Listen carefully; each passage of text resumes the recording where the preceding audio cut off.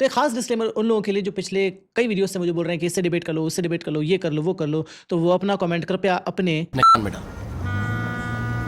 कहाँ डालूं? कान में। You thought? इंद्रियां बड़ी बलवान है जो बड़े बड़े विद्वानों को भी खींचकर भ्रष्ट कर देती है। जवान बेटा अपनी माँ के साथ अकेले में ना रहे, जवान भाई अपनी जवान बहन के साथ अकेले में ना रहे, जवान बेटी के साथ बाप अकेले में ना रहे। बेटी 9 साल की हो जाए तो बाप पर ये एहतियात लाजिम है कि वो उसको प्यार करने में एहतियात से काम ले। ये कहता हूँ कि राजपूत राजपूत में शादी करे, ब्राह्मण ब्राह्मण में शादी करे, जिसके अंदर जो डीएनए है वो अपने डीएनए में रहे। तो स्वागत है आपका इंस्टा ज्ञान के इस नए वीडियो में। मेरा नाम है डॉक्टर रवि, ये है लॉजिकल आयाम। आज के इस वीडियो में हम जेनेटिक्स और एवोल्यूशन के कुछ दावों की पड़ताल करेंगे। रूल सिंपल रहेगा, पहले हम क्लेम सुनेंगे, फिर एविडेंस देखेंगे और उसके बाद वर्डिक्ट देंगे। अरे पढ़ाई कर लो थोड़ा। इंद्रियां बड़ी बलवान है जो बड़े बड़े विद्वानों को भी खींचकर भ्रष्ट कर देती है। इसलिए एकांत में अपनी बहन के पास बहुत समय तक नहीं रहना चाहिए, अपनी बेटी के पास भी बहुत समय तक नहीं रहना चाहिए, और पुत्र जवान हो तो एक सैया पे एकांत में माँ को भी नहीं लेना। और भी है, जवान बेटा अपनी माँ के साथ अकेले में ना रहे, जवान भाई अपनी जवान बहन के साथ अकेले में ना रहे, जवान बेटी के साथ बाप अकेले में ना रहे। क्यों ना रहे? क्योंकि इन इंद्रियों का भरोसा नहीं। ये हम नहीं कह रहे हैं, भागवत के 9वें स्कंद में लिखा है। दूसरी साइड से जब बेटी 9 साल की हो जाए तो बाप पर ये एहतियात लाजिम है कि वो उसको प्यार करने में एहतियात से काम ले।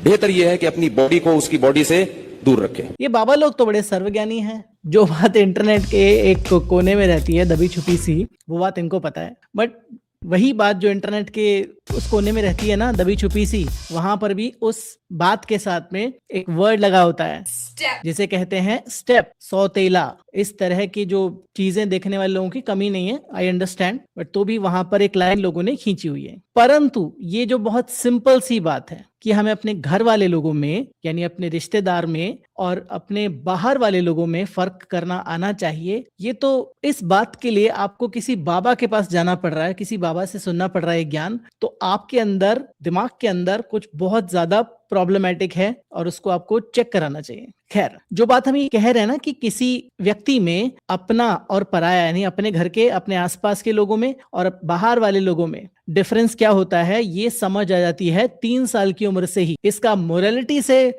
इसका किसी धर्म से कोई लेना देना नहीं है, इट्स प्योरली जेनेटिक। तो 1891 में एक फिनिश साइकोलॉजिस्ट थे फिनलैंड के, एडवर्ड वास्टोमॉक। अगर अपने घर वालों के साथ में संबंध बनाना जेनेटिकली रिस्की है, तो हमारे दिमाग में ये इंस्टिंक्ट इवॉल्व क्यों नहीं हुई कि भाई हमें अपने आसपास वालों से अट्रैक्शन ना हो? तो उसका जवाब उन्हें मिला कि ऐसा होता है, लेकिन ये खून के रिश्ते से जुड़ा हुआ नहीं है, ये प्रोक्सिमिटी से, यानी नजदीकियों से जुड़ा हुआ है। क्योंकि इंसान की एवोल्यूशनरी हिस्ट्री में जो आपके पास बचपन से आपके साथ रहा है, वो 99% केसेस में आपका ब्लड रिलेटिव होता है। तो दिमाग ने एक शॉर्टकट बना लिया कि जिसके साथ मैं जिंदगी के पहले 6, 8, 10 साल गुजारूंगा, उसके साथ सेक्सुअल अट्रैक्शन का जो स्विच है उसको ऑफ कर दो। और ये जो शॉर्टकट है वो ब्लड रिलेशन से नहीं आता, ये प्रोक्सिमिटी से आता है, नजदीकियों से आता है। तो पहला एविडेंस है इजराइल की किबुट्स कम्युनिटी में, जो बच्चे अपने बायोलॉजिकल पेरेंट्स से अलग एक पीयर ग्रुप में साथ में पले, उनके बीच में रोमांटिक या सेक्सुअल इंटरेस्ट नहीं बना। अब ये जो डेटा सेट है वो वेल डॉक्यूमेंटेड है, बट ऐसा नहीं है कि इसमें कोई गलतियां नहीं है, इसमें कोई प्रॉब्लम्स नहीं है, इसमें भी लोग प्रॉब्लम्स निकालते हैं, इसमें भी डिबेट्स होती हैं। कुछ सोशियोलॉजिस्ट ये मानते हैं कि जिन बच्चों में जो साथ में रहे उनमें संबंध नहीं बन पाए, रोमांटिक रिलेशंस नहीं बन पाए, वो उसमें बायोलॉजी के साथ साथ में, बायोलॉजी तो एक बहुत बड़ा फैक्टर है, बट बायोलॉजी के साथ में सोशल प्रेशर भी हो सकता है। दूसरा एविडेंस है ताइवान का नेचुरल एक्सपेरिमेंट। ताइवान में जापान का कॉलोनियल रूल था, तब वहां पर उन्होंने अपनी पॉपुलेशन के एक्सट्रीमली डिटेल्ड डेमोग्राफिक रिकॉर्ड रखे, कि मतलब हर बर्थ, डेथ, मैरिज, डिवोर्स, सबका। तो एंथ्रोपोलॉजिस्ट आर्थर वोल्फ ने इस डेटा को यूज करके एक प्रैक्टिकल स्टडी की, जिसे सिंपुआ या माइनर मैरिज कहते हैं। इसमें एक फैमिली अपने फ्यूचर डॉटर इन लॉ, यानी अपनी बहू को बचपन से ही अपने साथ रखती है, और वो लड़की अपने होने वाले पति के साथ पलती है, एक ही घर में रहती है, बचपन से वो लोग साथ में रहते हैं। तो जेनेटिकली ये दोनों बिल्कुल अलग हैं, कोई ब्लड रिलेशन नहीं है, लेकिन प्रोक्सिमिटी सेम है, जो एक बायोलॉजिकल सिबलिंग के बीच में भी होती है। तो वुल्फ ने 15,000 ऐसे कपल्स का डेटा निकाला। तो रिजल्ट क्या निकला कि इन मैरिजेस में फर्टिलिटी रेट 30% कम थी, डिवोर्स रेट सिग्निफिकेंटली ज्यादा थी कंपेयर टू अरेंज मैरिजेस, जहां पर जो कपल था वो अलग अलग था, बचपन से साथ में नहीं रह रहा था, और इनमें एक्स्ट्रा मैरिटल अफेयर्स भी ज्यादा थे। मतलब कि इन कपल्स में नेचुरल सेक्सुअल अट्रैक्शन डेवलप नहीं हो पाया जो नॉर्मल कपल्स के बीच में होता है, सिर्फ इसलिए क्योंकि वो बचपन में साथ में रहे। यहां पर भी मैं आपको थोड़ा सा और डिटेल में समझाना चाहूंगा। फॉलोअप एनालिसिस इसमें हुए हैं इसके बाद के, जैसे लेबरमैन ने किए, तो उन्होंने इस बात पर पॉइंट आउट किया है कि साथ रहना इतना ज्यादा इंपॉर्टेंट नहीं है जितना बाकी सारे क्यूज इंपॉर्टेंट है, जैसे कि जिसको बोलते हैं मैटरनल पेरीनेटल एसोसिएशन। क्या तुमने अपनी माँ को दूसरे बच्चे को जन्म देते हुए या पालते हुए देखा है कि नहीं? ये डिस्टिंक्शन इंपॉर्टेंट है, बट कोर मैकेनिज्म तो भी नहीं बदलता। प्रोक्सिमिटी यहाँ पर तो भी बहुत स्पेशल रोल अदा कर रही है। अब इस चीज का उल्टा भी है जिसे कहते हैं जेनेटिक सेक्सुअल अट्रैक्शन। तो इसमें जैसे माँ बेटा या भाई बहन जो बचपन में सेपरेट हो जाते हैं किसी भी रीजन की वजह से और बाद में मिलते हैं, तो उनमें कई बार ऐसा देखा गया, अगेन यूनिवर्सल नहीं है पर कई बार ऐसा देखा गया कि उनमें अट्रैक्शन हो सकती है। अब यहां पर उल्टा है, खून का रिश्ता है पर प्रोक्सिमिटी नहीं है। अब जो हम ये बात करें बार बार कि प्रोक्सिमिटी का जीरो होना, मतलब कोई प्रोक्सिमिटी नहीं है, दूर दूर रह रहे हैं, सेक्सुअल अट्रैक्शन को स्विच ऑफ नहीं करता। तो यहां पर दो अलग अलग तरह के एक्सपेरिमेंट है जो दो अलग अलग डायरेक्शन से जा रहे हैं और हमें सेम हाइपोथेसिस सही होता हुआ दिख रहा है कि प्रोक्सिमिटी इंपॉर्टेंट है, नजदीकियां इंपॉर्टेंट है, खून का रिश्ता होना इंपॉर्टेंट नहीं है। बट अगेन यहाँ पर जेनेटिक सेक्सुअल अट्रैक्शन का जो फिनोमेनन है वो कई साइंटिस्ट ने, साइकोलॉजिस्ट ने इसको भी बोला है कि ये यूनिवर्सली एप्लीकेबल चीज नहीं है। ऐसा नहीं कि हर जगह पर आप देखने को मिलेगा ये सब, ये कुछ लोगों में ऑब्जर्व हुआ, कुछ में नहीं। तो बड़ा सवाल तो यहाँ पर यह है कि क्यों हमें किसी बाबा से, किसी स्पिरिचुअल ओरेटर से, किसी कथावाचक से ये सब सुनना है, ये इस तरह का ज्ञान चाहिए जो हमारे अंदर नेचुरली होता है। नेक्स्ट आता है अपनी ही जाति में शादी करो, अपनी कम्युनिटी में शादी करो और अपनी प्योरिटी बरकरार रखो। ये कहता हूँ कि राजपूत राजपूत में शादी करे, ब्राह्मण ब्राह्मण में शादी करे, जिसके अंदर जो डीएनए है वो अपने डीएनए में रहे। और जब ये डीएनए मिक्स होंगे इसका इफेक्ट क्या आता है, जब आप घोड़ा और गधा, जब आप इन दोनों का क्रॉस कराएंगे ना तो पैदा होता है खच्चर।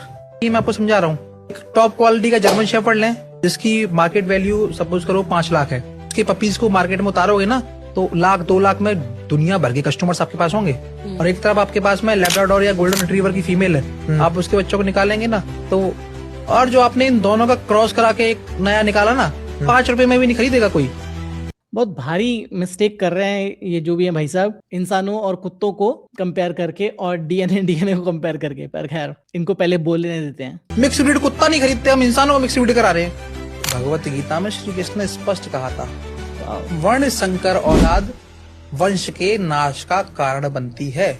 मेरे ग्रंथों में स्पष्ट लिखा है कि वर्ण संकर औलाद का पिंडदान नहीं लगता। अच्छा, जाति से डीएनए का कोई भी दूर दूर तक लेना देना नहीं है, पर यहाँ पर बात आ रही है जेनेटिक प्योरिटी की। तो इसको समझते हैं कि जितना ज्यादा आप अपने लोगों से अलग जाकर शादी करेंगे उतना ज्यादा आपके लिए अच्छा होगा। तो बेसिक जेनेटिक्स है कि हमारे अंदर किसी जीन की 2 कॉपीज होती हैं, एक माँ से आती है, एक बाप से आती है। तो कुछ ट्रेट्स होते हैं डोमिनेंट ट्रेट्स, कुछ होते हैं रिसेसिव यानी ढके हुए, छुपे हुए, कमजोर। तो जब किसी जीन की 2 कॉपीज आती हैं और एक है मान लीजिए नॉर्मल कॉपी, एक है जिसमें कुछ म्यूटेशन हो गया, तो हमारी बॉडी यूज करती है नॉर्मल कॉपी और जो डिफेक्टिव पार्ट है उसको मास्क कर देते हैं। ये नॉर्मल मैकेनिज्म होता है। बट मान लीजिए कि आपने अपने क्लोज रिलेटिव्स में या अपनी जाति में या अपने ही कुनबे में शादी करी, तो और जब माता और पिता दोनों से वो एक डिफेक्टिव जीन आ गया, तो अब चांस नहीं है कि उस डिफेक्टिव जीन्स को यूज ना किया जाए, क्योंकि दोनों के पास डिफेक्टिव है तो डिफेक्टिव जीन ही कैरी फॉरवर्ड होगा। तो सिबलिंग्स में या क्लोज रिलेटिव्स में शादी करने में या अपनी ही जाति के लोगों में शादी करने में ये प्रोबेबिलिटी बढ़ जाएगी। सिबलिंग्स में हो जाएगी 50%, क्लोज रिलेटिव्स में हो जाएगी यानी फर्स्ट कजन में हो जाएगी 12.5%, और जितना दूर जाते जाएंगे प्रोबेबिलिटी कम होती जाएगी। तो जब आप दूसरी जाति में, दूसरे धर्म में या दूसरे कॉन्टिनेंट के व्यक्ति से शादी करेंगे तो ये जो प्रोबेबिलिटी है कि आप में कोई जेनेटिक डिसऑर्डर होगा उसकी प्रोबेबिलिटी और कम होती जाएगी। और ये जो जेनेटिक प्योरिटी वाली बात है, डीएनए प्योरिटी की बात है, तो खैर इसको क्या डिबंक किया जाए, क्योंकि ये तो बिल्कुल ही वाहियात कॉन्सेप्ट है। तो इसलिए अगर आप अपनी ब्लड लाइन को जेनेटिक डिजीज फ्री रखना चाहते हैं तो सबसे बेहतरीन उपाय है कि किसी और जाति के व्यक्ति से, किसी और धर्म के व्यक्ति से, किसी और देश के व्यक्ति से, जितना दूर हो आपसे, उससे शादी कर लीजिए। लेवोंटिन का क्लासिक 1972 का फाइंडिंग है, इंसानों के बीच टोटल जेनेटिक वेरिएशन का 85% हिस्सा विद इन पॉपुलेशन होता है, सिर्फ 15% बिटवीन पॉपुलेशंस। मतलब कि अपना खून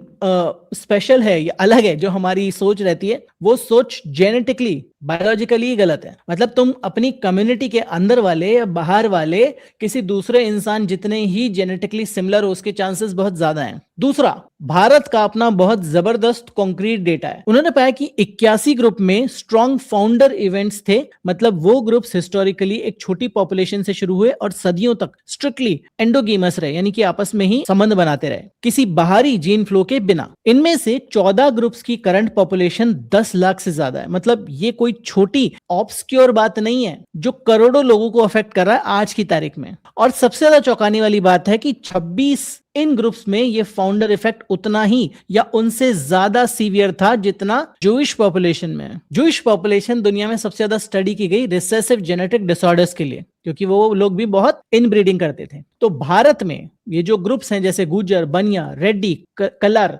बाकी जैसे इतने बड़ी बड़ी कम्युनिटीज हैं, वो इस लिस्ट में हैं। मतलब अपनी ही कम्युनिटी में शादी करो तो आपकी प्योरिटी मेंटेन होगी, उसका आउटकम है आपका डिजीज कॉजिंग रेसेसिव जीन का अक्यूमुलेशन। अब जो उन्होंने कुत्तों की बात करी, उसमें भी एक स्टडी है कि अगर मिक्स ब्रीड डॉग होगा तो उसमें खराब होगा, प्योर ब्रेड डॉग होगा, सेम ब्रीडिंग वाला डॉग होगा तो वो अच्छा होगा। वो भी इसका उल्टा है। जो डॉग्स की वैरायटी इनब्रीड करते हैं उनमें अगेन, क्योंकि जेनेटिक्स तो सेम है ना, तो जेनेटिक डिजीजेस का खतरा बढ़ जाता है। तो बेसिकली जेनेटिक डाइवर्सिटी जितनी ज्यादा होगी, जीन पूल को करेक्ट करने के लिए उतना ज्यादा मौके मिलेंगे और जेनेटिक बीमारियां जो कि 2 डिफेक्टिव जीन के एक साथ में आने से होती हैं, वो कम होती जाएंगी और धीरे धीरे एग्जिट हो जाएंगी। तो ये जो सोच है हमारी जातिगत सोच कि हम तो अपनी ही जाति में शादी करेंगे, अपने ही जगह में शादी करेंगे, अपने ही कुनबे में रहेंगे, वो सबसे ज्यादा खतरनाक चीज है आपकी जेनेटिक्स को बचाने में। चलिए अब उन पर आते हैं जो सबसे ज्यादा इनब्रीडिंग करते हैं दुनिया में। कजन मैरिज जिस धर्म में अलाउड है उसकी बात करते हैं। तुम्हारे ऐसे कौन से कजन है जिनसे तुम शादी कर सकते हो? चाचू के भी बच्चों से शादी हो सकती है।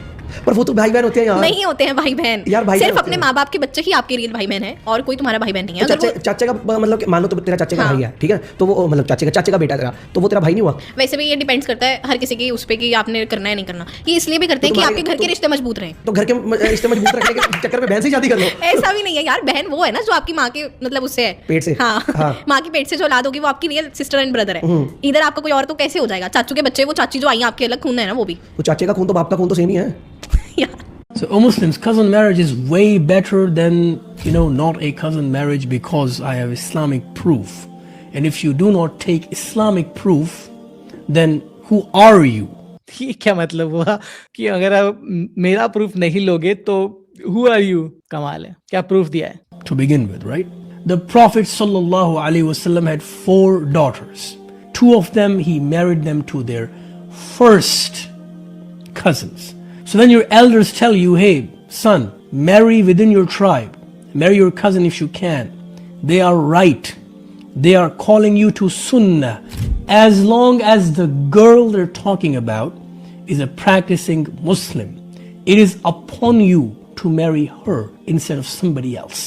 तो जिनको ये भाई साहब की बात समझ में नहीं आई, वो ये कह रहे हैं कि इस्लाम में कजन मैरिज स्पेसिफिकली इसलिए अलाउड है क्योंकि वो जेनेटिकली एक अच्छी प्रैक्टिस है। और इस्लाम में इन्होंने एग्जाम्पल भी दिया जो ऐसा किया जाता था पहले, तो हमें भी अब ऐसा ही करना चाहिए। हमें मतलब जो इस्लाम को प्रैक्टिस करते हैं। वैसे इस्लाम में सबसे ज्यादा होता है, बट ये इस्लाम अकेला धर्म नहीं है जो कजन मैरिज अलाउ करता है। कजन मैरिज दुनिया के ऑलमोस्ट हर मेजर धर्म में अलाउड है और हजारों सालों से प्रैक्टिस होती आई है। साउथ इंडिया में क्रॉस कजन मैरिज ट्रेडिशन है जो हिंदू कम्युनिटीज में भी प्रैक्टिस होता है। यूरोप में हिस्टोरिकल रॉयल्टी क्वीन विक्टोरिया और प्रिंस अल्बर्ट खुद कजन थे। चार्ल्स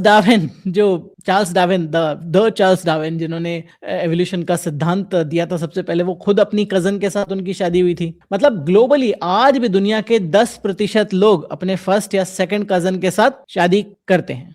और ये सबसे ज्यादा देखा जाता है north Africa, middle east, central और साउथ एशिया में, अलग अलग रिलीजन में, अलग अलग कल्चर्स में। बेसिकली इसका सबसे पहले रीजन ये था कि अपनी प्रॉपर्टी है, अपना जेनेटिक पूल है, और जो अपना ट्रस्ट है उसको फैमिली के अंदर ही रखो, बाहर से किसी को क्यों लेकर आना। जानी पहचानी लड़की से या जाने पहचाने लड़के से शादी होगी, दहेज वहेज भी कम देना पड़ेगा। और अगेन जैसा हम बार बार बात कर रहे हैं, पुराने वाले सेगमेंट में जो बात करी हमने, इसको पूरा एक्सप्लेन किया था कि क्यों ये प्रैक्टिस गलत है। और इसका एक और एग्जांपल अब यहाँ पर देता हूं। 2013 में लेंसेट में प्रकाशित हुई एक स्टडी में उसने दिखाया कि फर्स्ट कजिन कपल्स के बच्चों में कॉन्जेनिटल एनोमली रेट 3 गुना से ज्यादा जेनेटिक डिसऑर्डर्स का रिस्क कजन मैरिजेस में बढ़ गया। आगे चलते हैं, कैंसर भाई साहब के पास। मैंने एक लीवर के डॉक्टर का पॉडकास्ट किया था और उन्होंने मुझसे कहा कि जब आप शादी करें तो जन्म पत्री मिलाएं ना मिलाएं, जीवन पत्री मिला लें, फैमिली ट्री जरूर देख लें। फैमिली ट्री से बीमारियां ट्रांसफर होती जाती हैं अगली जनरेशन में। क्या कैंसर वो बीमारी है जो बाप दादा से नीचे ट्रांसफर होती रहती है? बिल्कुल, कैंसर हेरिडिटरी है, कैंसर वंशानुगत है। अगर एक जनरेशन में कैंसर आया तो चांसेस हैं कि आगे आने वाली जनरेशन में कैंसर आ सकता है। तो जरूर आप जब आप किसी की पत्री मिलाएं, जीवन पत्री मिलाएं, तो ये जरूर पता कर लें कि भविष्य में कोई कैंसर मरीज रहा तो नहीं है, कोई किसी को कैंसर हुआ तो नहीं है। यस, भविष्य में या पास्ट में, उल्टा बोल गए होम्योपैथिक डॉक्टर साहब, क्योंकि कैंसर आगे आने वाली जनरेशन में बहुत ज्यादा बढ़ जाता है। ये जो ब्लैंकेट स्टेटमेंट सर ने दिया है, ऐसे फेंक कर नहीं मारने चाहिए स्टेटमेंट। उन्होंने पूरा सवाल भी नहीं सुना और यस बोल दिया, तो ऐसा नहीं करना चाहिए जनरली अगर कोई पढ़ा लिखा व्यक्ति है तो, क्योंकि दो अलग अलग डायरेक्शन में जाती हैं चीजें। एक तरफ के लोग मानते हैं कि भाई फैमिली में किसी को कैंसर हो गया तो अब हमें भी होगा, ये तय हो गया, और दूसरी तरफ के लोग कहते हैं कि नहीं ऐसा नहीं है। और दोनों तरह के डेटा हमारे पास हैं। जैसे सबसे पहला हाइपोथेसिस दिया गया था 1970s में, 2 हिट हाइपोथेसिस। कैंसर तब होता है जब एक सेल के अंदर ग्रोथ को कंट्रोल करने वाले जो जीन्स हैं उनमें म्यूटेशंस अक्यूमुलेट हो जाते हैं, स्पेसिफिकली जिन्हें कहते हैं ट्यूमर सप्रेसर जीन्स। तो ट्यूमर सप्रेसर जीन्स ऐसे होते हैं जो कि ट्यूमर को सप्रेस करने का काम करते हैं सेल में। तो जब इन ट्यूमर सप्रेसर जीन्स में जो कैंसर पर ब्रेक लगा रहे हैं, इनमें कुछ गड़बड़ हो जाती है इन जीन्स की दोनों कॉपीज में, तब किसी सेल में कैंसर फैलना अवश्यम भावी है। तो इसीलिए 2 हिट हाइपोथेसिस की दिया गया कि भाई एक ट्यूमर सप्रेसर जीन में गड़बड़ हो जाए तो कैंसर होने का रिस्क बढ़ जाएगा, बट जरूरी नहीं होगा। फिर दूसरा भी जीन आपने इनहेरिट कर लिया अगर पेरेंट्स से, तो फिर कैंसर होना अवश्यम भावी है, क्योंकि दोनों जो जीन्स हैं, ट्यूमर सप्रेसर जीन्स हैं, वो गड़बड़ हो गए। अब जो हमारे पास हिस्टोरिकल डेटा है, अगेन अमेरिका का डेटा है, सीडीसी का डेटा है, उसमें ये देखा गया कि सिर्फ 5 से 10% जो कैंसर के केसेस हैं वही हेरिडिटरी हैं, वही आनुवंशिक हैं। बाकी 90 से 95% जो कैंसर हैं वो लाइफस्टाइल ट्रिगर्स की वजह से आते हैं, कि मतलब आप स्मोकिंग कर रहे हैं, आप दारू पी रहे हैं, आप ज्यादा पार्टी कर रहे हैं, एक्सरसाइज नहीं कर रहे हैं, एनवायरमेंटल फैक्टर्स हैं जैसे हमारे यहाँ पर हैं खराब हवा, खराब पानी, इनकी वजह से कैंसर फैलने की संभावना 90 to 95% है। और जेनेटिक कैंसर 5 से 10%, ये अमेरिका में देखा गया। और दूसरा, जब जेनेटिक होता भी है तो स्पेशल हेरिडिटरी सिंड्रोम, जो कि जैसे कुछ जीन्स होते हैं जैसे BRCA1 और BRCA2 जो ब्रेस्ट कैंसर के लिए स्पेसिफिकली रिस्पॉन्सिबल है और ओवेरियन कैंसर के लिए भी रिस्पॉन्सिबल है, जिनमें ये म्यूटेशंस होते हैं BRCA1 और BRCA2, उनमें कैंसर का रिस्क 70 से 80% बढ़ जाता है। बट अगेन आपने ध्यान दिया होगा जितना भी डिस्कशन चल रहा है उसमें प्रोबेबिलिटी की बात हो रही है। हम सर्टेनिटी के साथ कभी नहीं कह सकते कि कैंसर किसी को होगा या नहीं होगा। वो तो जितने ट्रिगर लगते जाएंगे, जितना ज्यादा म्यूटेशन की संभावना बढ़ती जाएगी, उतना ज्यादा होगा, उतना ज्यादा कैंसर की संभावना होगी। तो सर्टेनिटी के साथ किसी को डराना, क्योंकि डर से व्यूज मिलते हैं, वो इनका काम है, बट मेरा काम है आपको सत्य बताना जो अवेलेबल साइंटिफिक लिटरेचर के हिसाब से हम देख सकते हैं। तो मोटा मोटी ये है कि फैमिली में कैंसर का होना और कैंसर का आनुवंशिक होना, यानी कि अगर आपके फैमिली में किसी को हो गया तो आपको भी होगा, ये बिल्कुल अलग अलग चीजें हैं। क्योंकि आपको जब तक नहीं पता कि आपकी फैमिली में कैंसर किस वजह से हुआ था, वो हेरिडिटरी था अगर, और आप में भी वो जीन इनहेरिट हुआ है, तो आपको कैंसर होने की संभावना बढ़ जाएगी। अगर उनको लाइफस्टाइल रिलेटेड था कि भाई आपके जो पिताजी या दादाजी सिगरेट पीते थे, शराब पीते थे, या इस तरह की चीजें कुछ और था उनमें जो कि लाइफस्टाइल रिलेटेड था, उसकी वजह से कैंसर था, तो फिर आपको कैंसर होने की संभावना कम होगी। अगर आप ये सब चीजें नहीं कर रहे हैं तो, अगर आप भी वही सब चीजें कर रहे हैं तो आप में भी कैंसर होने की संभावना बढ़ जाएगी। तो अब last but not the least, specially अब तो बायोलॉजिकली प्रूवन है कि जब आप किसी नारी के क्रोमोसोम्स को देखेंगे जो बायोलॉजी में होते हैं, जिससे मिलकर मनुष्य बनता है, वो पुरुषों के मुकाबले काफी मजबूत होता है। ये बायोलॉजिकल फैक्ट है। जो नारियों में क्रोमोसोम्स होते हैं वो ज्यादा मजबूत होते हैं, इसलिए आंतरिक रूप से वो ज्यादा मजबूत होती हैं। भले हमें दिखने में ये विपरीत लगता हो, पर आंतरिक रूप से स्त्रियां ज्यादा मजबूत होती हैं। ये आयुर्वेद में भी वर्णित है। इसलिए आपके लिए खास कर ये कहा गया है कि संयम बनाकर चलना है, धैर्य रखना है। यहाँ मैं आपसे पूछता हूँ, जिन जिन ने भी बेसिक बायोलॉजी पढ़ी है वो मुझे बताएं कि ये जो स्टेटमेंट है वो कितना सत्य है। ऑफ कोर्स जो बिल्कुल बेस लेवल पर आप स्टिकर लेवल पर ये देखोगे तो क्रोमोसोम्स का स्ट्रॉन्ग या वीक होना कोई साइंटिफिक प्रॉपर्टी नहीं है। क्रोमोसोम क्या कर रहे हैं, क्रोमोसोम में है हमारा जेनेटिक मटेरियल जहां पर हमारे जीन्स हैं और वो जीन एक्सप्रेस करके बनाते हैं प्रोटीन्स, और वो प्रोटीन हमारी बॉडी में अलग अलग फंक्शन करते हैं। तो जीन्स का या क्रोमोसोम्स का स्ट्रॉन्ग या वीक होना इज नॉट द प्रॉपर्टी। उनसे जो एक्सप्रेशन करके वो प्रोटीन बना रहे हैं दैट मेक्स और ब्रेक्स द थिंग्स, राइट। तो यहाँ पर जो चीज है वो कुछ हद तक सत्य है, पर कुछ हद तक वही जो स्ट्रॉन्ग चीज है ना वही उसको थोड़ा गड़बड़ भी कर देता है बाद में। तो बेसिक बायोलॉजी जो 9th और 10th में आप सबने पढ़ी होगी कि फीमेल के पास 2 X क्रोमोसोम होते हैं, XX, और जो मेल होते हैं उनके पास X और Y होते हैं। तो Y जो क्रोमोसोम है वो छोटा होता है, मतलब उसका साइज छोटा होता है, तो उस पर ज्यादा जीन्स नहीं होते, वो ज्यादा प्रोटीन्स नहीं बना सकता X के कंपैरिजन में। और X जो है वो 2 X है, 2 क्रोमोसोम है, तो एक जीन की कोई कॉपी होगी दोनों X पर। तो अगर एक कॉपी अगर गड़बड़ है तो दूसरी कॉपी उसको कॉम्पनसेट कर लेगी और उस गड़बड़ वाले को टर्न ऑफ कर देगी, जिसको कहते हैं जीन स्विचिंग ऑफ या बार बॉडीज।